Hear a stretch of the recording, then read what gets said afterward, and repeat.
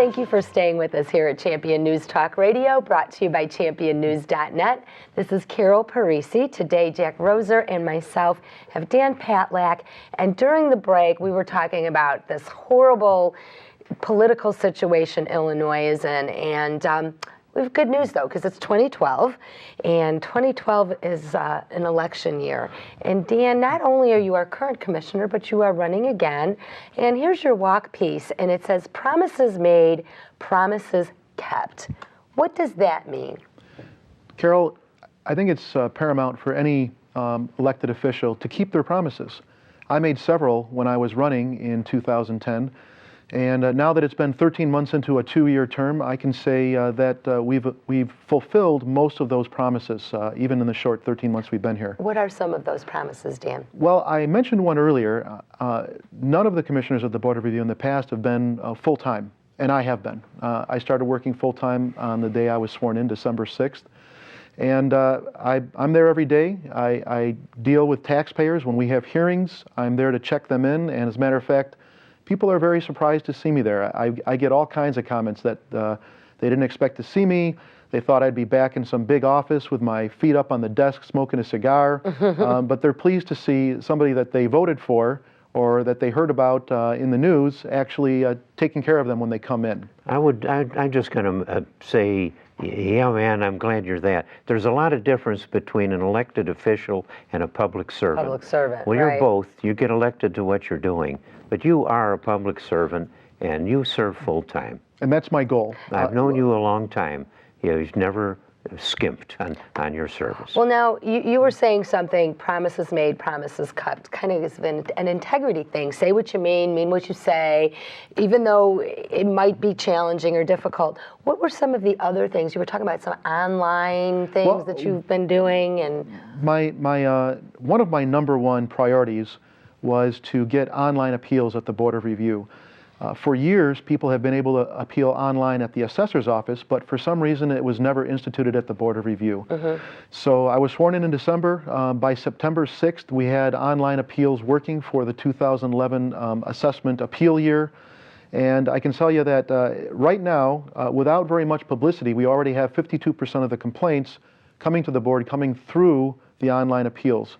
Now, obviously, this is good for the taxpayer because they can file an appeal from the comfort of their own home rather than having to deliver something or mail it. At 3 o'clock in the morning, they don't have to get stamped, so it's nice and easy. You make it very user-friendly and easy for the taxpayer. What other benefits are there? Well, there's additional benefits to all taxpayers, and that is we spend less time, less man-hours entering the data.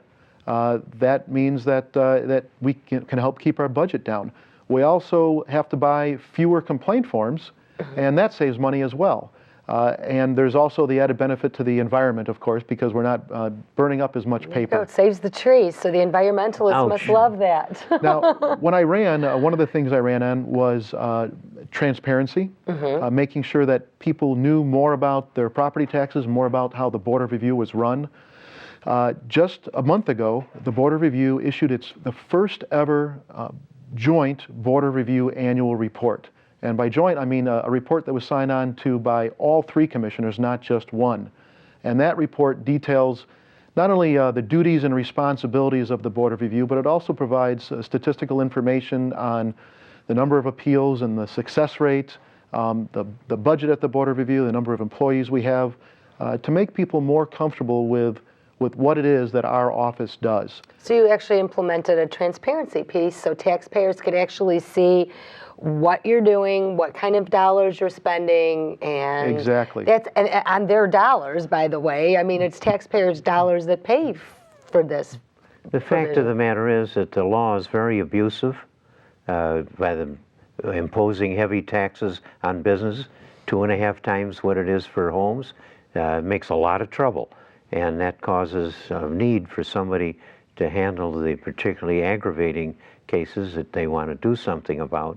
They have to come to your office and get decent attention. That's true. And education was a big part of my campaign, and that is educating taxpayers. So we've instituted a program of assessment appeal seminars. We've done about 60 of them since I took office. And we actually have one coming up very soon. On Wednesday, January 11th, we are going to be having an assessment appeal seminar starting at 7 p.m. at the Bernard Weinger JCC in Northbrook. Okay. And this seminar is being sponsored by two great young guys. In addition to the township assessor, I don't want to forget to mention Patty Damish, but two great young guys, Jonathan Greenberg, who is a candidate for state representative, and Ari Friedman, who is a candidate for state senate. 29th. Yep. They're two Terrific people guy. I've gotten to know recently in the last year or so, and they are bright and enthusiastic, and I think it would be great for the state of Illinois if we can get them into office. Well, solutions to some That's of the Ari problems. Friedman, and what's the other man? Jonathan Greenberg. Jonathan Greenberg. Both good guys. Vote for them. Yep. But now, I know we've done, our group, the Awaken America team, has done several of the property tax forums, and the education factor, as well as the effectiveness of potentially lowering folks' property taxes. Now, Dan, do people blame you for this property tax going up with this election cycle? Could they say, oh man, my property taxes went up, it's this guy's fault? Once in a while, they confuse me with the assessor, although as Jack was saying, it's really not even the assessor's fault. Right. But you know, they oftentimes, people who are aggravated with high taxes often identify any elected official as the target of their anger and the reason for their dismay over the high taxes. Usually when they attend one of my seminars, by the time the seminar ends, they understand that the Board of Review is there to help them. We're the agency that they can complain about an assessment that's too high, that results in taxes that are too high. Spending is the really evil cause of our problem with taxes. We need to cut spending on many levels. So Jonathan Greenberg, Ari Friedman are going to have a property tax forum on the 11th, and Dan Patlak will be there.